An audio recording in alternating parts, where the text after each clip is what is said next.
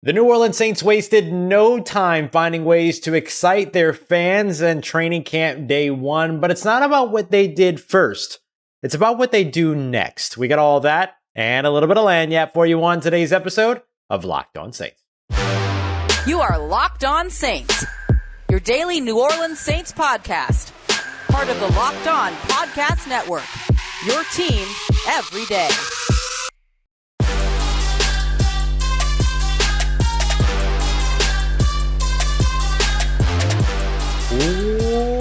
What is good, Who Dat Nation and Who Dat family? Welcome into another episode of Locked On Saints, your daily podcast covering your favorite team, the New Orleans Saints, part of the Locked On Podcast Network, your team every day. Thanks so much, as always, to all the everydayers out there making us your first listen of the day every day. Don't forget, you can always subscribe and follow for free on YouTube or wherever you get your podcasts, so you never miss a daily episode. And if you want to keep the conversation going one-on-one with me, gain access to our exclusive film studies, Q&As, and of course, get early information, insider information as well. You can check all of that out over at joinsubtext.com/lockedonsaints. Join a community that I would love for you to be a part of. As always, I'm your host, Ross Jackson, at Ross Jackson Nola on your favorite social media, your New Orleans Saints expert, credential member of the media. You can find me as the senior writer and reporter over at Saints News Network, Sports Illustrated's Fan Nation site covering the New Orleans Saints every Tuesday on the Locked On NFL podcast, and here with you every single Monday through Friday on Locked On Saints. Today's episode, we're going to dive into our rookie watch for camp day one. We're going to be doing this every single day of camp. I'll give you an update on how rookies stood out or if they didn't at all. And we're going to get to a little bit of both of those as we look at day one. We're going to look at the offensive line and the defensive line. Lots of question marks for New Orleans Saints fans about who's playing where and who's healthy where. We're going to get to the bottom of some of that. But first, I want to start off with the New Orleans Saints did to excite everyone here the first day of training camp, but how things need to progress forward to keep it all in perspective. The return of Michael Thomas, the return of Jimmy Graham, both show-stopping, show-stealing. And of course, the debut of Derek Carr in training camp as well. So many moving pieces that everyone is rightfully very excited about when it comes to this New Orleans Saints team. A team that had 100% attendance across its 90-man training camp roster to open up its first day of training camp. No contract disputes, no big injuries keeping players off the field. The only player that didn't get involved because he was working off to the side on his own was Anthony Johnson, who's currently on the PUP list. We'll see if he comes off. Guys like A.T. Perry, Kendre Miller, and others who were on NFI and PUP lists, all good and participating fully on Wednesday's first practice. So now the thing that we have to look at is, with all of the excitement and the show-stopping catch and run by Michael Thomas, the big leaping catch by Jimmy Graham that highlighted day one of training camp, what's next? And what expectation should we have around this New Orleans Saints team, especially with players that are big names like Michael Thomas and Jimmy Graham, but have also been effectively away from the game of football for a time? Jimmy Graham did not play in the NFL at all last year. Michael Thomas has played 10 games in the last 3 seasons. And I got a great question during our live show last night around whether or not Michael Thomas can be the record-breaking wide receiver that he was in 2019. And I'm not going to cut corners with you. No, he's not going to be the record-breaking wide receiver that he was in 2019. And that's okay, because he's not going to need to be in this New Orleans Saints offense. He's got Chris Olave and Rashid Shaheed, who looked excellent all throughout practice on Wednesday. Alvin Kamara is catching screens again. Jamal Williams is looking good, running out of the backfield. Kendre Miller's catching passes and running out of the backfield. Eno Benjamin's breaking. It's all there. The New Orleans Saints don't need 149 catches from Michael Thomas in 2023. If they can get 80, 90 from him, and if they can get 1,000 to near 1,000 yards, they're going to be really, really happy with that. And the last time that the New Orleans Saints have had 2,000-yard wide receivers was all the way back in 2016. That could happen this year if Michael Thomas stays healthy. But he doesn't have to come up with 1,700, 1,800 receiving yards like we're seeing other wide receivers do around the NFL today, and like we watched Michael Thomas do years ago. That's not going to be necessary for Mike. And I honestly think that's kind of a good thing. The fact that he doesn't have to be the focal point of the offense the fact that he doesn't have to be force-fed, the fact that he doesn't have to be in on every play, that could extend his health. The thing you want to see from Michael Thomas, more than seeing a record-breaking season all over again, the more realistic thing and the thing that everybody just wants to see first is how long can he stay out on the field? And I do think that Michael Thomas is ready to be a 16, 15, 17 potentially game receiver again. He wants that more than anybody around him and around the team and around the fan base wants him to be that. That's going to be the focus first. But he doesn't have to be a 149 catch receiver. It doesn't have to be, a guy that's going 1,700 receiving yards. He's not going to have to be that. And that's actually a good thing for Michael Thomas. So it's not just about the excitement of what's happening now and how good he can be. It's about what happens next for him. And what needs to happen next for him is that he stays on the field and that he produces. Doesn't have to produce at a record-setting pace, but it does need to produce. Similarly, you look at Jimmy Graham, and then you go, okay, assuming he makes the roster, because we shouldn't just write that in pen right now that he will or that he should. You've got guys like Juwan Johnson who worked extremely hard to transition from one position at wide receiver to another at tight end and earned his stripes. Foster Moreau battling everything that he battled, his return home to the city of New Orleans, just like Trey Turner. Boom. He's got a role. Taysom Hill's got a role. And Taysom Hill's running more routes that look like these sort of wheel routes and these angle routes and things that you would usually see these running backs run. So that's a really interesting piece in terms of how Taysom Hill was deployed all throughout the day in training camp day one. There are a lot of weapons in line on this New Orleans Saints offense. Jimmy Graham is not going to just have his ticket punched right now. Dennis Allen said, look, he doesn't have to show you what he can do every day, but we still have to see it. I don't need to see it every day, but I still need to see it as a part of how he's evaluating Jimmy Graham, especially as a latter career veteran. So if he shows you what he can do every now and then, that's all you need from him. But when it comes to the 2023 season, he doesn't have to be a 1,000-yard tight end. He doesn't have to be a 700-yard tight end. He doesn't have to be a 500-yard tight end. If he ends up with 350 yards and 5 touchdowns all in the red zone, or not all in the red zone, but 5 touchdowns all in the red zone, fantastic. Phenomenal. That's outstanding. For a guy that didn't play in the NFL last year and for a guy that can help the New Orleans Saints convert 5 more red zone possessions into touchdowns than they did last year, that takes them from 50% to near the top of the NFL. That's all that it takes. And so I think that that's what you're looking for when it comes to Jimmy Graham. Can he make it through training camp and can he be in a situation to where, boom, he's contributing for you as a red zone threat and getting mixed in with the Taysom Hills and the Juwan Johnsons and the Foster Moreaus and the Michael Thomases and the Chris Olaves and the Rashid Shaheeds. You get what I'm saying here. So the good thing is, yes, it's all very exciting right now, but all that has to happen next is that those guys just need to be healthy and on the roster. That's it. That's all that you're looking for. So it's lovely, exciting, super fun, phenomenal, as a lot of people love when I say, to see all of that excitement day one. But what's the real expectation here is that they're able to contribute and that they're able to contribute in a meaningful way. They don't need to be record setters. They don't need to be record breakers. If they want to break records, break them collectively. More than 7,474 offensive yards in 2023 would be amazing. To see them break that record from 2011, do it collectively. Don't worry about doing it individually. And I think that's the mentality that this team is ready to have as a team that is very, very clearly, if you go back and you watch all the pressers, and we'll share some of the press conference stuff that we've done and media availability stuff on the show all throughout the week. But togetherness, unity, all of that being a very big emphasis for this New Orleans Saints team, that is going to carry them further than any single individual performance will.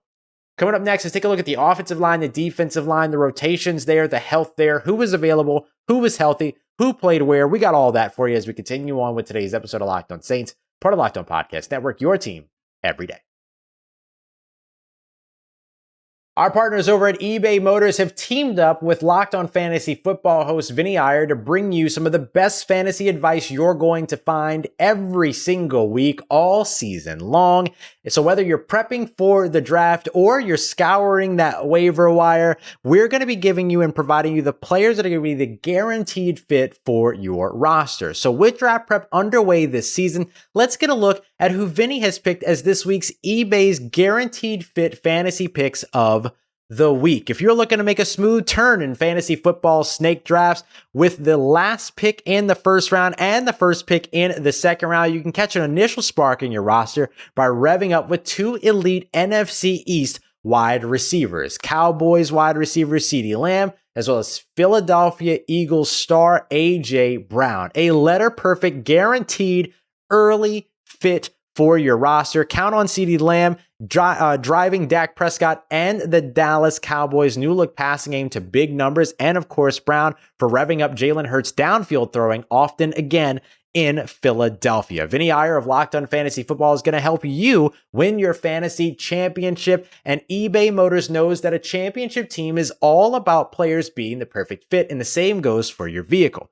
With eBay's guaranteed fit and over 122 million parts and accessories for your vehicle at your fingertips, you can make sure that your ride is running smoothly. You want air filters, brakes, batteries, taillights, alternators, shock struts, you name it, eBay Motors has it. And they'll make sure that you're getting the right fit for your car, because eBay's guaranteed fit helps you understand exactly what part you need for your vehicle the first time. So go for it, switch gears, crank the AC, and say goodbye to sweating if your ride just needs a little fixing up, because now you'll always be set up for success from the get-go. With eBay Guaranteed Fit, everything for your car just a click away. For the parts and accessories that fit your vehicle, look for the green check. Get the right parts, right fit, all at the right price at ebaymotors.com. Let's ride. eBay's Guaranteed Fit, only available to U.S. customers, eligible items only, exclusions apply. All right, family, continuing on with today's episode of Locked On Saints. Thanks as always to all the everydayers out there making us your first listen of the day every day. If you want to make sure you're catching all of the notes from the first day of training camp, you got two ways to do it. Yesterday, we did a live show over on the Locked On podcast platform feeds. However it is you're catching this show, you can find that show. You can go back to that. You can also get things a little bit earlier by heading over to joinsubtext.com/LockedOnSaints. 14-day free trial, $4.99 after that per month. I promise it's worth it. Film studies, constant breakdowns. You get to ask me any questions you want to, anytime you want to. It all comes directly to my phone, goes directly to yours, and you get all that camp information super early as well, so you don't have to wait for the live show. You can get in on all that early. Check that out again, joinsubtext.com/LockedOnSaints. All right, so let's take a look now at the offensive and defensive line rotations and how the New Orleans Saints looked on the offensive line. So the first look that they gave on the offensive line was actually really interesting, because it was one that started with James Hurst at left tackle. Then we saw a collection of Calvin Throckmorton first, and then Eric McCoy, Cesar Ruiz, and Ryan Ramczyk. So it's going from left to right on the offensive line. So Trevor Penning didn't get the first rep at left tackle, or from what we could see at least. It was James Hurst. But then very soon after, Trevor Penning rotated in and then took some of those left tackle snaps. And when that happened, James Hurst moved in to left guard, not Andrus Peat, interestingly enough. Andrus Peat did rotate in eventually at left guard. Cesar Ruiz moved off of right guard after a certain point. Calvin Throckmorton went in at right guard. That was your first team. So that was a lot of moving around. A couple players in the first team reps playing at left tackle, playing at left guard, playing at right guard. Some of that has to do with the ramp up situation. Andrus Peat's on a ramp up. Cesar Ruiz is on a ramp up. Trevor Penning's likely on a ramp up. So they were there and participating, but they're not taking every single snap. So you saw them kind of move the players around. James Hurst on the outside. James Hurst at left tackle. James Hurst at right tackle. Calvin Throckmorton at right tackle or at right guard. You know what I mean? So there was a whole lot of that kind of moving around. The guys that played seemingly every snap on the offensive line with the first team were Ryan Ramczyk as well as Eric McCoy. Let's look at the second team now. And the reason why I want to highlight the second team is because I want to talk to you about who was the backup center. You remember the Saints brought in Billy Price, and one of my big hangups all season, if you're an everydayer, you've heard me talk about this a bunch, about how they need a natural center, a guy that has center experience, a guy that is specifically focused on being a center. And in that way, if Eric McCoy ends up hurt and needing a playoff, they don't have to move Cesar Ruiz to right guard and then plug somebody else in at right guard. They can take somebody that is a center and plug them in at center. That guy was Max Garcia today. Now, buried beneath the Jimmy Graham return as well as the Trey Turner signing was also a Max Garcia signing on Tuesday. Max Garcia was in there playing at center all throughout day one with the second team. I think that's a good move for the New Orleans Saints. I asked Dennis Allen after practice, Is that the vision in terms of what you've seen from Max Garcia, that you see him as a center? And he said, yes, that's where we see it. And one of the things that Dennis Allen said, which was music to my ears, considering that I've been, I don't know what the phrase is, but I've been sounding the alarm, I guess, on the backup center situation for the New Orleans Saints for the past like 5 or 6 years, was him saying, yeah, I felt like that was a position at center where we were very thin, especially after the loss of Billy Price. And so we wanted to bring a veteran in that can come in and focus at center. And I was so happy to hear that answer. So vindicated. Imagine spending 5 years. It's like being a child and spending 5 years going to the grocery store and saying, I want those Reese's Puffs. I want those Reese's Puffs. I want those Reese's Puffs. And then 5 years later, you finally got the Reese's Puffs. I got my Reese's Puffs thanks to Max Garcia. The next thing that I want to take a look at, I'm such a weirdo, is kind of the next offensive line group that also rotated in. So not only did Max Garcia end up playing at center, but you also saw Landon Young at left tackle, the tackle that they drafted back a few years ago out of Kentucky, Calvin Throckmorton at left guard, Trey Turner at right guard, and then Storm Norton on the outside at right tackle. And I do think that being at right tackle for Storm Norton is exactly the same thing that we saw during OTAs, minicamp, stuff like that. Same thing for Landon Young. But I love that Trey Turner immediately in at second team right tackle. And he hasn't played a ton of right tackle during his career, played a lot of left tackle. So it is a little bit of a shift for him, a little bit of a change for him, but great to see that he was immediately there. He spoke to media after practice.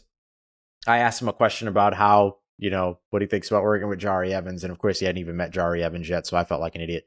But it was cool to see him there back in New Orleans. He was very happy to return to New Orleans. He highlighted that he was a Saints fan and that, when the Saints won the Super Bowl back in 2009/2010, he got a couple days off of school and all that other stuff. So it was cool to kind of hear that. He and Tyrann Mathieu, both St. Aug guys, had some overlap in their playing careers and stuff like that. So pretty cool to see.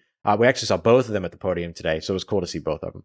Taking a look over on the defensive side of the football, we saw Cam Jordan and Carl Granderson as the starting defensive ends, Colin Saunders and Nathan Shepard as the starting defensive tackles. So this is about what we projected. I kind of lean a little bit more. I want Malcolm Roach up there. I really think he's in for a breakout year, but the skill sets between Malcolm Roach and Colin Saunders are pretty overlappy. So I get Colin Saunders and Nathan Shepard. Nathan Shepard looked explosive, looked really good all throughout the day. Again, kind of hard to gauge how effectively these guys played, offensive line as well, because it's no contact, no pads, none of that stuff. But do they look confused? Do they look lost? Are they in position to make plays? Those are the things that you're trying to figure out, and they were on the right side of all of those equations. The defensive line also rotated in Malcolm Roach with Colin Saunders and Brian Brzee with Nathan Shepard. I'll get to Brian Brzee and Isaiah Foskey, A.T. Perry, all the rookies in our third segment as we round the corner here in just a moment. But the highlight that I want to bring here is that basically the New Orleans Saints defensive line is shaping up the way that we expected the New Orleans Saints defensive line to shape up. And it's just the first practice. So actually, let me say it this way. The starting place for the New Orleans Saints defensive line is exactly where we thought the starting place for the New Orleans Saints defensive line was going to be. We saw Peyton Turner rotate in place of Cam Jordan, as well as Tano Passanio rotate in place of Carl Granderson. Tano Passanio had a nice day. Couple of plays where he stood out in pass rush. He and Peyton Turner both had against, I think it was second team, so Jameis Winston at quarterback, but they had a pair of bull rushes that just shooketh. I mean, just imagine having Peyton Turner and Tano Passanio just barreling down on you. Those are two big guys. So that was a really nice spot. All right, let's get to the rookies. Rookie watch. We'll do this every single day as we go through every single day that there is training camp. Day one rookie watch. I'll tell you who stood out and who didn't catch my eye at all. We got that coming up for you as we continue on and wrap up today's episode of Locked On Saints, part of Locked On Podcast Network, your team every day.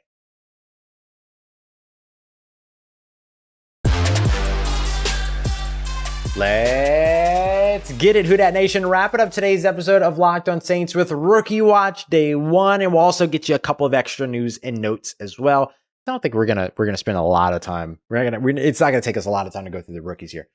So let's go through, not chronologically, but I'm gonna group the players together in terms of who we got to see a lot of, who we got to see a little bit of, and who kind of didn't really catch our eye at all. And we're gonna focus on the drafted rookies. So just the draft class as we do this. If there's ever an undrafted free agent rookie that has like a huge day or something, then we'll definitely give you that. Like I can mention today, Ohio State Buckeyes defensive tackle Jerron Cage. He looked really good today. He had a couple of big moments, or yesterday rather. I'm sorry. But when we look at where the drafted players are, that's what we'll focus on. And then if somebody else stands out amongst the undrafted players, then I'll make sure to fill you in on that. So the ones that stood out and that caught my eye: Brian Brzee, Kendre Miller, A.T. Perry. Let's start there. Those three players were guys that made plays. Brian Brzee I'll tell you this much. Actually, when it comes to Brian Brzee didn't really catch my eye because he made plays. Brian Brzee caught my eye because he is explosive. He is so quick off the line of scrimmage. He is so disruptive. He is so violent. All those pieces. In his draft evaluation that we did here on the show, which we kind of shifted from Mozzie Smith to Brian Brzee a couple of months before the NFL draft. I wonder why. But I think that when we look at the thing that I continuously talked about when it came to Brian Brzee was that you would see him line up against offensive linemen in college. And then at the snap, you would see the offensive lineman's head just snap backwards and like over his shoulder. And the thing about it is that the reason why that happened is because that was Brian Brzee punching him in the face, right? Like not really punching him in the face, but his contact, his force, all those other things. Like he's such a strong player that I think that like that part is what really jumps out. So we got to see a little bit of that today. We'll see if there's more that continuously comes through. Again, what's really going to be a good opportunity to see the defensive line play, especially for these rookies, is going to be when the pads go on, which I believe happens on the 30th on Friday. So that'll be a big day for guys along the defensive line. The second player that stood out for me was Kendre Miller. And Kendre Miller didn't make any real big plays or anything like that. He had a couple of nice runs. You can see the patience and the vision are all still a part of what he's doing. But he was moving fluidly. He was running full speed despite, all the injury stuff that kept him out of OTAs and mini camps and everything. So clearly the Saints knew what they were doing with their timeline with Kendre Miller, because maybe if he would have come back during OTAs or mini camps, he might have been a little bit more stifled. He didn't really look like he moved with any limitations at all throughout the first day of training camp. And I think that's big for him because it's also a confidence thing, right? Like if you're coming into the NFL your first year, the last thing you want to be is hampered. You know what I mean? You want to be able to build your confidence and you want to be able to be confident in your body. And it's clear that Kendre Miller is very confident in what he's able to do on the football field. But the other thing that stood out for me is that he wasn't just a running back in the sense of turn around and hand him the ball. He was also getting involved in the passing game. And this was a big knock on Kendre Miller coming out. As part of my evaluation of him was that he wasn't utilized a ton in the passing game. You could see that it worked and that he had it, because when you watch the film, you would see all of these, he's got Max Duggan throwing him the football, then, under pressure, and the pass is outside of his frame on a screen pass is he's having to reach down, or in the flats and he's having to stretch out. He's having to make catches outside of his frame. So if you can make those types of catches, that's translatable, right? It doesn't matter if you're not given many opportunities to do it. If you can do it when the opportunities are there, you can do it. And that's, I think, what we're learning about Kendre Miller. A.T. Perry didn't have a big standout catch or highlight reel catch like Chris Olave and Michael Thomas did, and even Rashid Shaheed, who just looks so ridiculously fast out on the football field. He also, remember, he and Chris Olave were managing injuries during mini camps. No limitations for those guys either. They looked excellent. And so when you look at A.T. Perry, what you're really trying to see is when he gets an opportunity to catch passes, does he catch the ball? Does he put it on the ground? One pass went on the ground, but it was behind him, and he was running a hook. And so as he was breaking back towards the quarterback, toward the middle of the field, the pass location was up and outside toward the sideline. So he's having to kind of like reach behind himself in order to even try to reel that in. The fact that he got his hand on it in the first place is pretty impressive because it shows his wingspan, but him not being able to bring that in is not something that I'm very concerned about. Other than that, nothing really caught my eye in terms of him not catching passes or him having issues with catching or anything like that. And he didn't get any contested catch opportunities. So I'll give it a middle of the road type of a grade here, because part of it is that we didn't get to see whether or not he could do the thing we all want to know if he can do. And so once we get to see that as an evaluating tool, then I think that will help as well. the guys that we got our eyes on, but who didn't necessarily, rub us one way or another. Jake Haener was definitely one of them, going 5 for 5 in this year's, or in this year. What am I doing? In Wednesday's first day of training camp. But didn't really push the ball downfield at all. A lot of, dink and dunk type stuff. Didn't really do much super impressive, but his timing's really good. His accuracy and ball location are both really good. So those are the things that you want to continue to see him build on. He's clearly made some nice steps, looks a lot more comfortable than he did during OTAs, as well as, of course, minicamps. Nick Saldiveri, didn't get to see too much of him. Would be hard to gauge him anyway because, again, these guys aren't really putting their hands on each other. They're not really touching each other. It's not any contact. So he leads off our list of guys that didn't really catch my eye. Nick Saldiveri being one of them, but understandably so. Isaiah Foskey being the other, again, understandably so. We talked about all these other guys that have stood out, and Jerron Cage on the defensive line, and Jerron Cage and Nathan Shepard and Tano Passanio and Peyton Turner. And so Isaiah Foskey just didn't get that opportunity today. It just wasn't there for him. I'm not even sure. I don't think he took snaps outside of third team. I'm not even really sure. Just didn't really get many eyes on him at all. So we know he was there, but he didn't really catch our eyes, not because he was, performing poorly or anything like that, but just simply because sometimes that's the way that the cookie crumbles when it comes to these training camp practices. And then finally, Jordan Howden, didn't really get to see a ton of him either.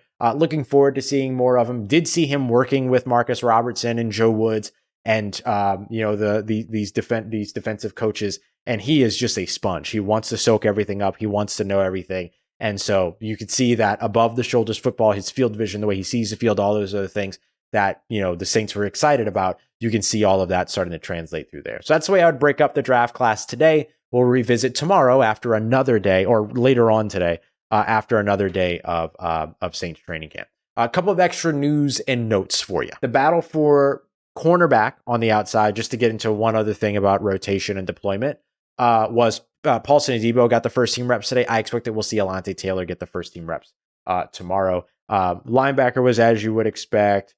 Wide receivers were as you would expect. Nothing really out of the ordinary in terms of any of that. And these numbers are courtesy of my colleague over at Saints News Network, John Hendricks.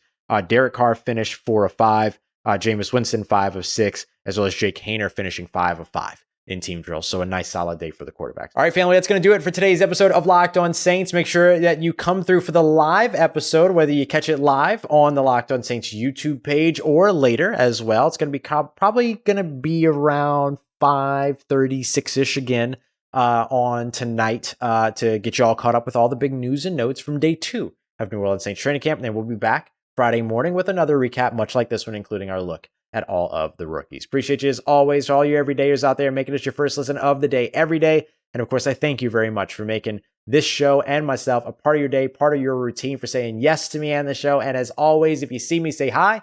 And if you need anything else around your New Orleans Saints in between these episodes, make sure you follow me on Twitter or wherever at Ross Jackson, NOLA. Hit me up. Let me know how the family's doing. Let me know how you living. Let me know how your mom and them. Trust Who Dat Nation. I'll holla at you.